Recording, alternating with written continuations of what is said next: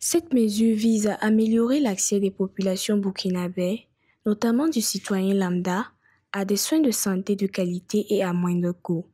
Selon le ministre de la Santé, 71 médicaments traceurs sont concernés par cette baisse, qui s'accompagne de plusieurs innovations. Il s'agit notamment de la réduction des marges bénéficiaires appliquées par les structures de distribution et les formations sanitaires publiques. Il s'agit d'abord de la baisse des taux de marge des médicaments essentiels génériques et consommables médicaux essentiels pour les structures sanitaires publiques et conventionnées.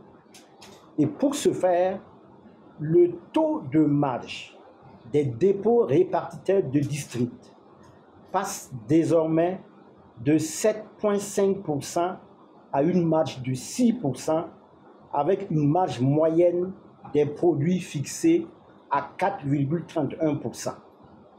Pour faire simple, pour une commande de produits de santé d'une valeur d'1 million à la CAMEG par un dépôt répartiteur de district, ce dépôt va enregistrer une réduction de 300 000 francs CFA.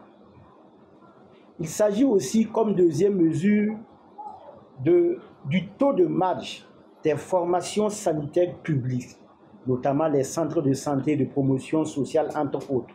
Donc ce taux de marge passe désormais de 30% à une marge de 25%, avec une marge moyenne des produits fixée à 15,74%.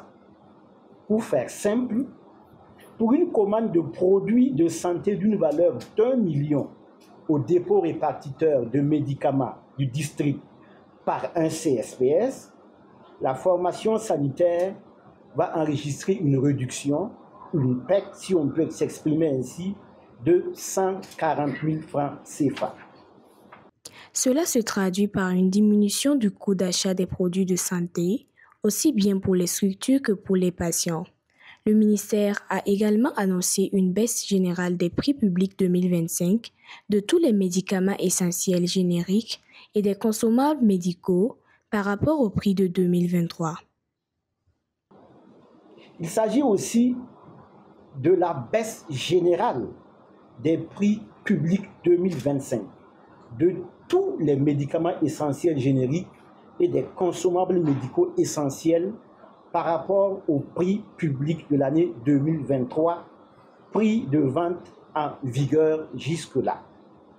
Et ces baisses des prix de vente publique varient de 10% à 46% pour les formes comprimées, de 0,2% à 55% pour les formes injectables, de 1% à 20% pour les formes sirop-suspension et de 0,6% à 25% pour les autres formes galéniques.